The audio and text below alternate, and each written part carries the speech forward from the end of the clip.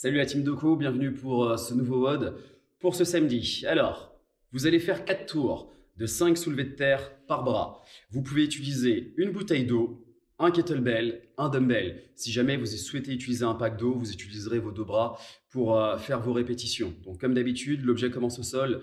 Vous regardez droit devant vous, légèrement vers le sol et avec le dos fixé, vous allez vous redresser complètement. Vous allez me faire 5 répétitions de chaque bras. Puis ensuite, vous allez faire 5 high pull.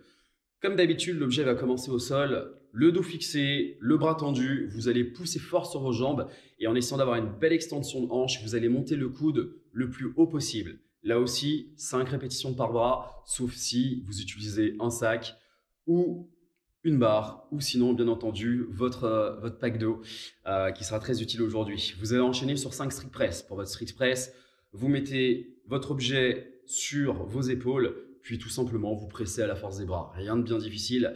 On a déjà vu comment exercer ce mouvement aussi avec un sac. Avec le pack d'eau, ça ne change pas trop. Ça ne change même pas du tout. Juste vous pressez l'objet, vous tendez bien les bras, vous serrez les abdos, vous serrez bien également les fessiers et vous redescendez sur votre position initiale. Et vous allez finir cet échauffement par 10 up and down. Donc comme d'habitude, burpee sans la pompe et sans le saut. Allez, à vous! Pour votre WOD du jour, on va se faire un petit repeat qu'on a eu l'occasion de se faire au mois de janvier lors de la phase des Open. On l'a tout simplement appelé le Home 20.1. Alors, vous allez faire 10 tours de 8 grand to overhead. Pour votre grand to overhead, vous pouvez utiliser un kettlebell, un dumbbell, votre pack d'eau, une barre, votre sac à dos comme on a pu le voir lors de nos différentes démonstrations.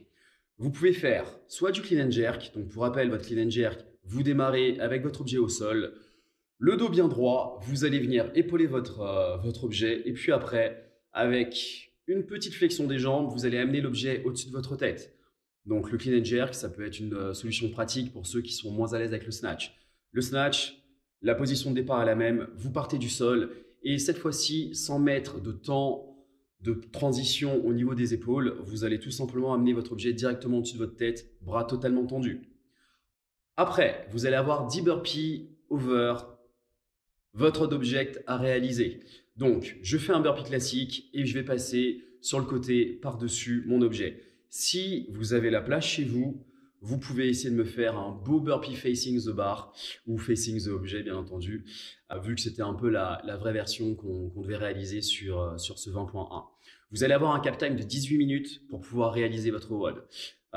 Clairement, dans votre WOD, essayez à chaque tour de rester le plus constant possible. 10 tours, c'est beaucoup.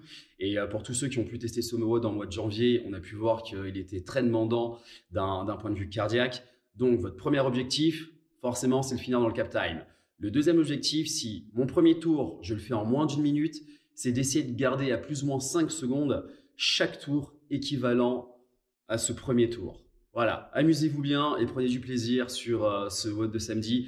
Et comme d'habitude, n'hésitez pas, mettez vos scores, taguez-nous et on vous repostera avec grand plaisir sur Facebook et Instagram.